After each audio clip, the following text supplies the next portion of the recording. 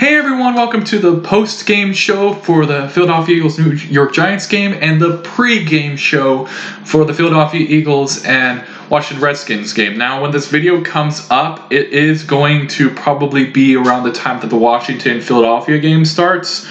So, I apologize for the delay of this video release. I wasn't sure when to upload it, and, as the week went on, it just kept getting put off and put off and put off, so that's how we're here right now. So I'm going to go ahead and change it up a little bit since this is right before the game. So we're going to first start off with last week's game, which for the first 2.5 quarters, I'm just going to be honest, the Eagles played very, very horribly. This was pretty much felt like a victim of the Eli Manning farewell tour.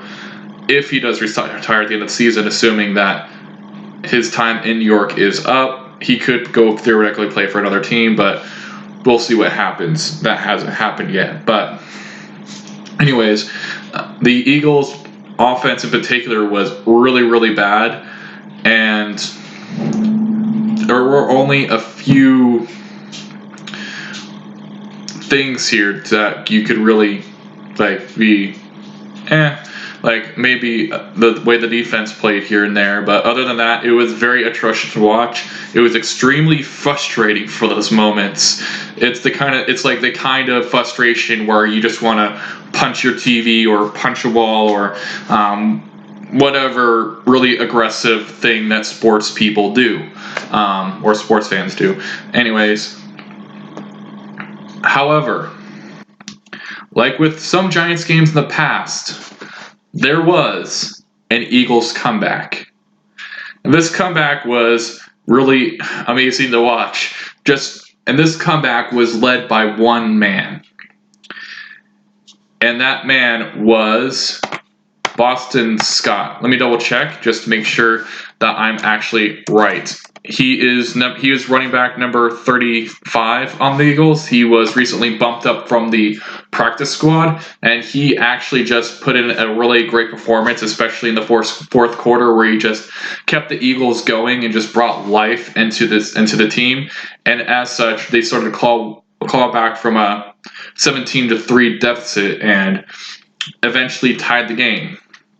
Now, the Eagles did win in overtime on their opening drive, and the defense also in the fourth quarter played really solid. I think that in that quarter too, the Giants did try to pull a trick play, but this time, finally, after 3 weeks of giving up trick play touchdowns, the Eagles did not fall for it, but then again, the Giants did execute it rather poorly. So there is that upside, and like I said, it was a really amazing comeback to watch. However, there's a thing to consider is that will the Eagles suffer from comeback high? Now, this is a thing that's happened before. The Eagles have been a victim of it. They were a victim of it after the Miracle of Meadowlands, because if you remember, after that game, or the new Meadowlands, I should say, after that game, the Eagles would go on to lose every single game for the rest of the season, including their playoff game against Green Bay. And also, another example of or miracle high or comeback high or whatever you want to call it, the Vikings ended up getting demolished by the Eagles in the NFC Championship game. So there's definitely a correlation with after a really amazing comeback win or just a miracle play, there's always a hangover usually like the game after. So there's definitely a reason to be concerned that will happen. Also,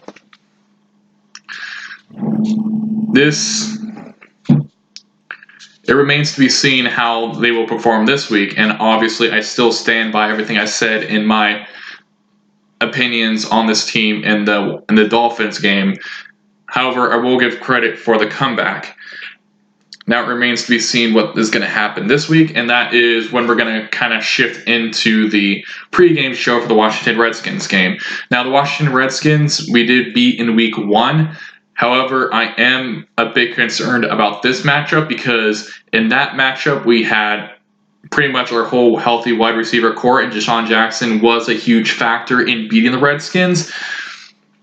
However, he's not active, and Alshon Jeffrey is also recently out for the season, so we are down 2 of our starting wide receivers, which is a bit of a concern, though everyone is excited for Greg Ward Jr., and we'll have to see how that goes. I didn't talk about him for the New York Giants stuff because that is only 1 week, and I sort of want to give him some more time to sort of grow on me, and he didn't really have that much of an impact last week before I come to any sort of opinion on him.